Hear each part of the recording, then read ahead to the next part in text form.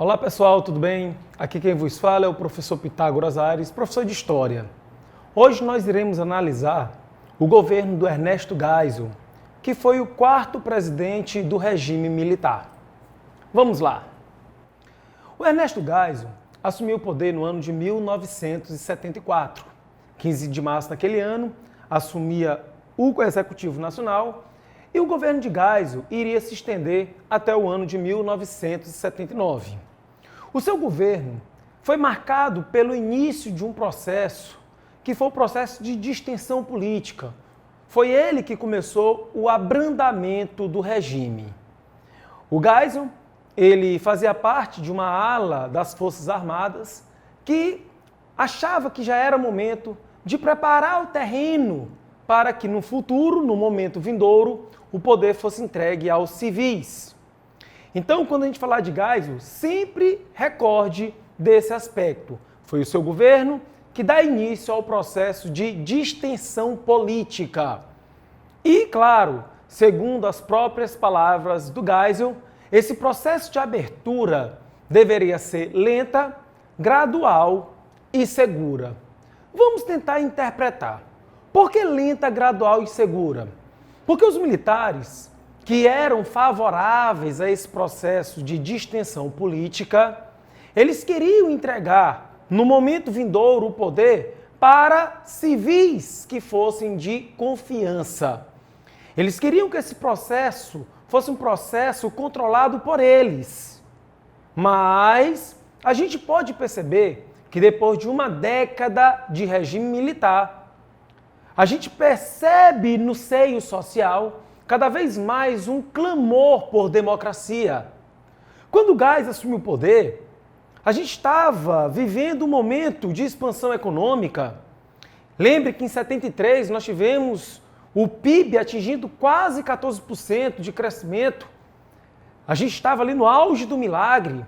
E o Geisel assumiu o poder no momento em que a economia estava ainda em expansão e que a luta armada estava praticamente encerrada, que os grupos de guerrilha já tinham todos eles praticamente sido extirpados. Então, olha só, naquele momento que parecia que o regime estava mais sólido do que nunca, cada vez mais, repito, havia no seio social grupos que passavam a se mobilizar em prol de uma democratização. E um exemplo desse ideal de retorno à ordem democrática se reflete nas eleições parlamentares de novembro de 74. O MDB, que era o partido de oposição, no início uma oposição consentida, inclusive chamava-se que o MDB era o partido do sim. Se o Arena era do sim senhor, o MDB era do sim. Mas quando a gente entra ali em meados dos anos 70, cada vez mais ganha uma envergadura de oposição real, uma oposição democrática. E o reflexo disso é que nas eleições parlamentares a gente vai ter uma vitória do MDB. O MDB praticamente dobra, quase que dobra o número de deputados federais na Câmara. E dos 22 cargos para o Senado em disputa, o MDB, que representava, repito, essa oposição democrática, levou 16 cadeiras no Senado e o Arena, partido de apoio, apenas 6. Então observem, mesmo que no início do governo Geisel a economia ainda estivesse em vento e popa, mas dentro do seio social havia esse desejo cada vez mais forte de democratizar. Então, volto à fala do Geisel. Por que uma abertura lenta e gradativa? Porque na medida em que o governo fosse criando estabelecimento, mecanismo de afrouxamento do regime, eles não queriam perder as rédeas desse processo. Porque se essa abertura fosse rápida, quem iria ocupar os espaços do poder seria o MDB. Repito, não era o interesse, a intenção desse grupo das Forças Armadas favoráveis a esse processo de extensão entregar o poder no futuro à oposição, mas sim a políticos de confiança, a políticos que fossem, certo, ligados ao regime. Ok, galera? E é claro, lenta, gradual, e nós vamos ver que ela não foi tão segura assim. Por que não foi tão segura, professor? Não foi tão segura porque a gente vai ter ações ainda violentas nos porões do regime militar. E é bom salientarmos que, mesmo o Geisel sendo defensor desse processo de abertura, mas o próprio presidente, ele foi conivente com atos e ações violentas dentro, certo, dos porões do regime. Porém, houveram alguns incidentes que não estavam sob o controle do próprio governo federal, que acabaram ganhando uma grande repercussão, e isso acabou levando o Geisel a tomar atitudes mais enérgicas em relação a alguns militares, sobretudo da linha dura. Observe, não havia unidade nas Forças Armadas. Se havia grupos que eram favoráveis a esse processo de extensão, de abertura, mas também havia dentro das Forças Armadas grupos que torciam o nariz a essa ideia de abertura. A linha dura era contra esse processo. E Geisel tentou enquadrar essa linha dura, tentou podar essa linha dura, cortar suas asas. Inclusive, temos alguns episódios que mostram essa ação do Geisel em relação a alguns líderes desse grupo dentro das Forças Armadas. Por exemplo, a demissão do general Ednardo Dávila, que era o comandante do Exército de São Paulo. Sob seu comando, aconteceram 2 crimes que ganharam grande repercussão. Um deles, a morte do jornalista Vladimir Herzog, conhecido carinhosamente como Vlado. Ele, que era um dos diretores da TV Cultura de São Paulo, ele foi chamado para prestar alguns esclarecimentos no DOI-CODE do Exército de São Paulo, e ao chegar lá, indo com seus próprios pés, ele sofreu uma brutal sessão de tortura e acabou não resistindo, pereceu diante de seus algozes, veio a óbito.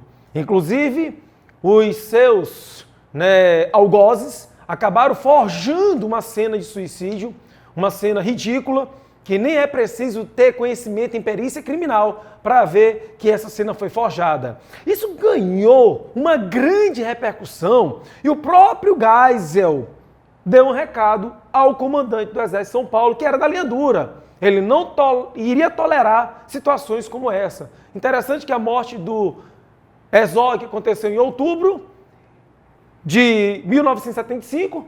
Em janeiro de 76, nas mesmas dependências onde o Vlado acabou morrendo, morreu um operário chamado Manuel Fiel Filho. Tá? E aí foi a gota d'água. O próprio presidente Geisel exonera Ednardo Dávila, que era da linha dura desse comando do Exército de São Paulo. Outro incidente que mostra que o Geisel buscou enquadrar a linha dura, tentando cortar suas asinhas, foi a demissão do ministro Silvio Frota. Ele que estava buscando articular o seu nome como sucessor de Geisel, mas o Geisel, ele jamais iria querer ver na sua sucessão um militar que não fosse favorável a esse processo, favorável a dar continuidade ao processo de abertura. E, inclusive, depois de uma ríspida discussão entre Geisel e o ministro Frota, ele foi exonerado.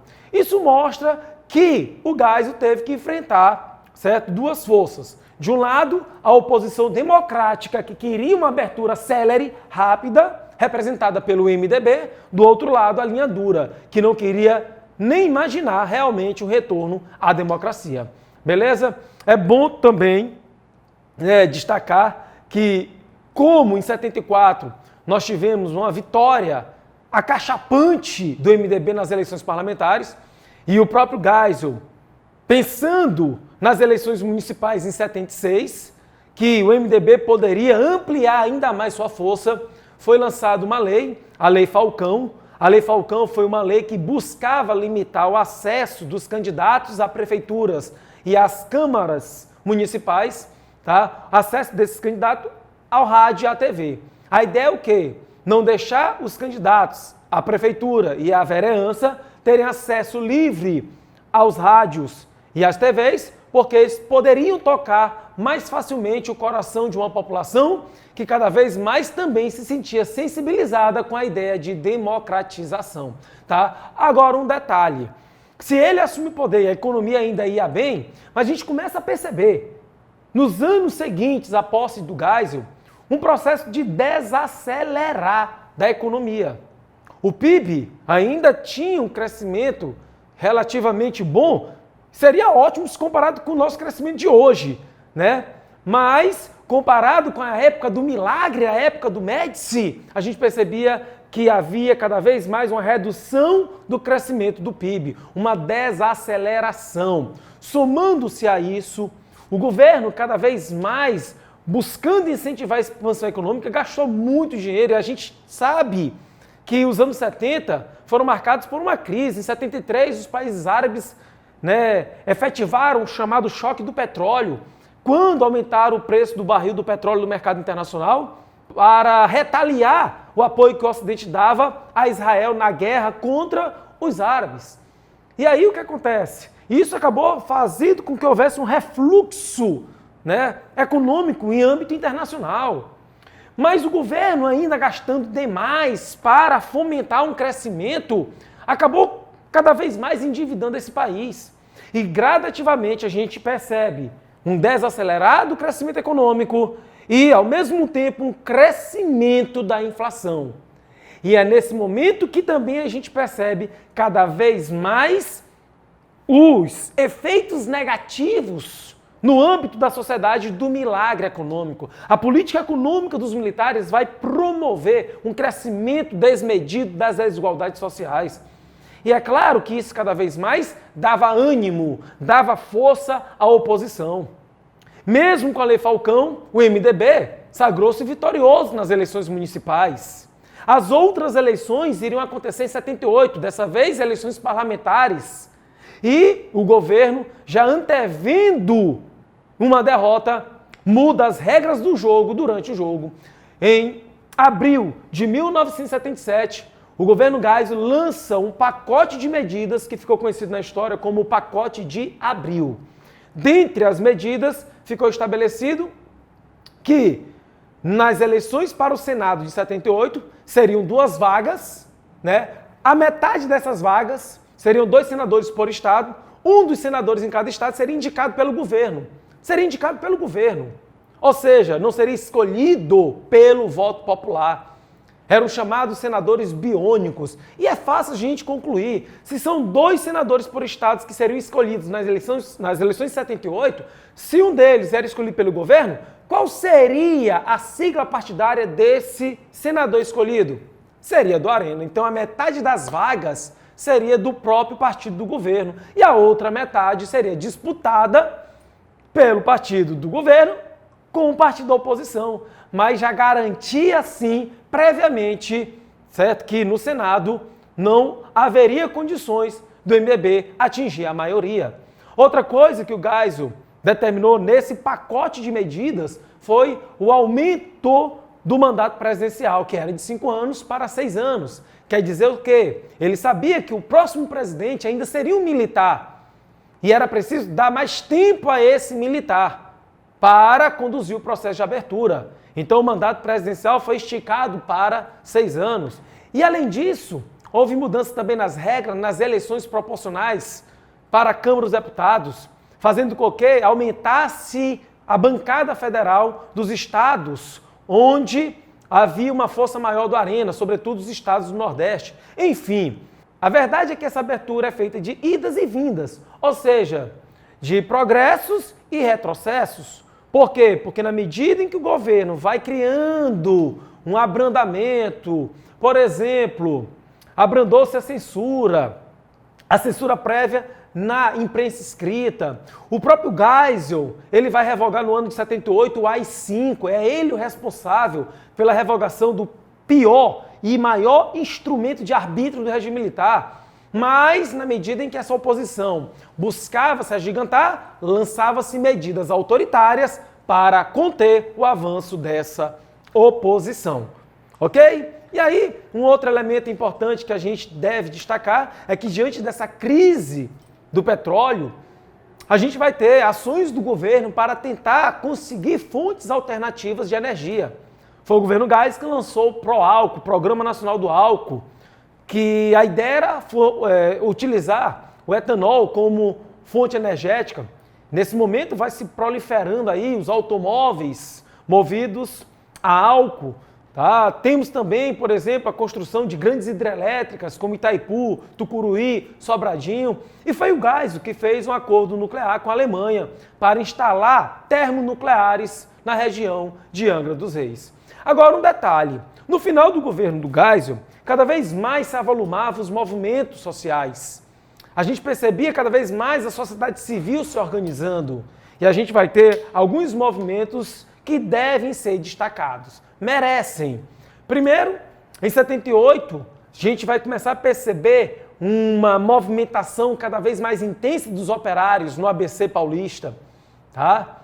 E é nesse momento que a gente vai começar a perceber o emergir de grandes movimentos grevistas. E nesse contexto que se projeta a figura do líder sindicalista, o presidente do Sindicato dos Metalúrgicos de São Bernardo do Campo, o Luiz Inácio Lula da Silva, que vai liderar greves gigantescas, não só no final dos anos 70 e início dos anos 80. Inclusive, já no governo João Figueiredo, o Lula acaba sendo preso. Tá? Outro movimento que vai ser destacado é o movimento pela anistia. Cada vez mais setores civis se mobilizavam em prol da anistia. Anistia, o perdão a presos políticos, permissão para que exilados pudessem retornar à pátria. O lema da campanha era anistia ampla, geral e irrestrita. Apesar de que essa campanha vai trazer resultados, mas o resultado virá no governo João Figueiredo com a aprovação da lei da anistia. E a gente vai perceber, quando tratarmos desse assunto no governo Figueiredo, que a lei ela não foi irrestrita, tá? Como se planejava. Beleza, galera? Então está aí os fatos mais marcantes do governo Geisel. Lembrando que foi o próprio Geisel que resolveu escolher seu sucessor. E ele escolheu alguém que era de confiança, alguém que poderia dar continuidade ao processo de abertura. E esse alguém foi o chefe do Serviço Nacional de Informação, o SNI, João Batista Figueiredo. Mas essa análise ficará para a próxima aula, o próximo encontro. Um abraço, galera. Fique com Deus.